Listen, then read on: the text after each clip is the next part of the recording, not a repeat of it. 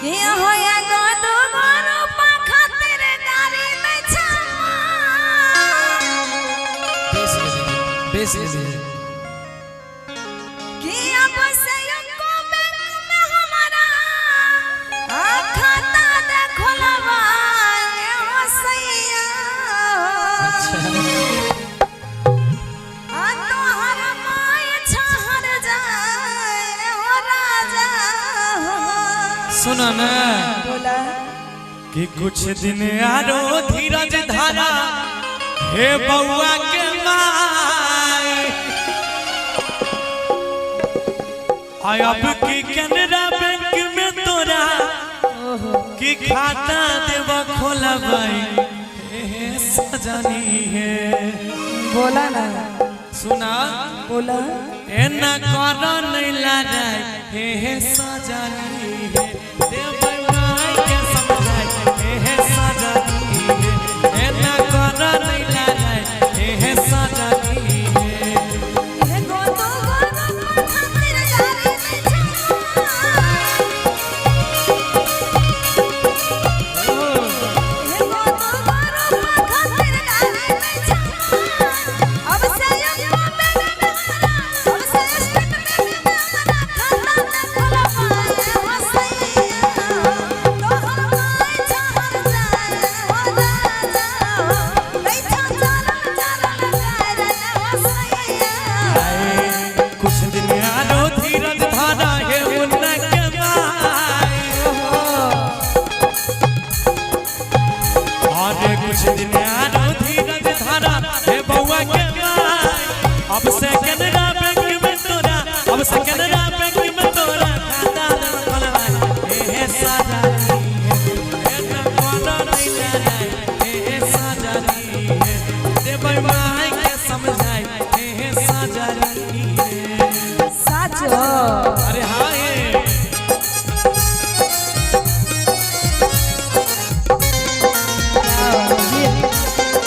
जय हो बहुत बहुत धन्यवाद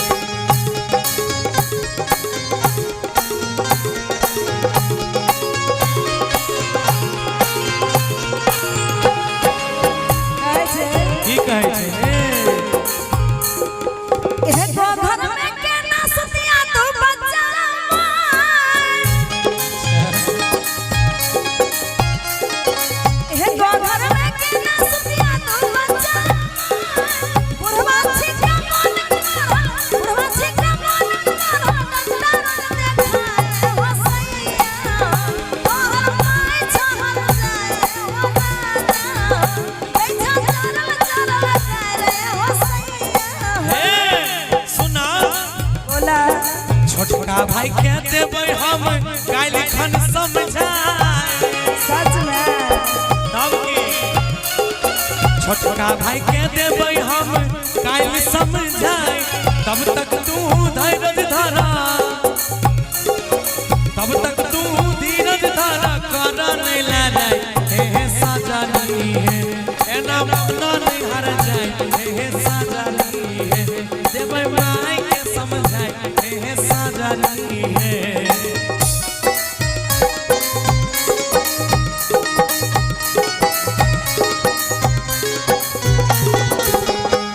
लीला लीला ले बिंदिया तो बिंदिया ले भागल दुनिया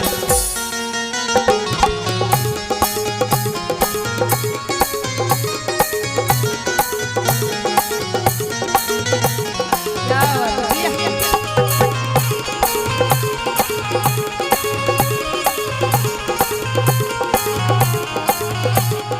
सुना ना सुनावा रोज लगे सांझे भोरे तोर पर की भौजा रोज लगे सांझे भोरे तोर पर की भौजा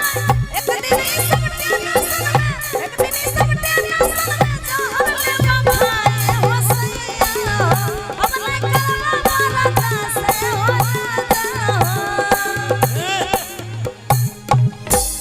ओ बाप ई तो जहर खान के नाम कहै छै हमरा एगो गीत के याद कर ले भैया कोट दीजिएगा कि कही गेले बात एगो संत अरे संत कि बहु बिना करो नहीं बनतो जब जा रहे खाइल तो रहते कि हमरा लग सुनने को बात कहो बोले कि आसिन भर तू धीरज धारा हे मुन्ना के भाई बुझलो अच्छा आसिन भर तू धीरज धारा हे बउआ के माई आ कार्तिक में जब घर हम अइबा केनरा बैंक में ले जाके तोरा खाता देबा खोला भाई सुना ना बोला ना हे न करा नहीं लाड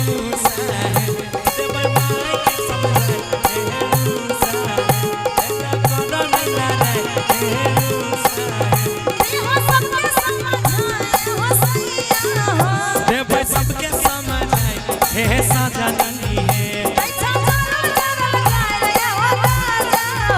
देव माई के समझाए हे रानी है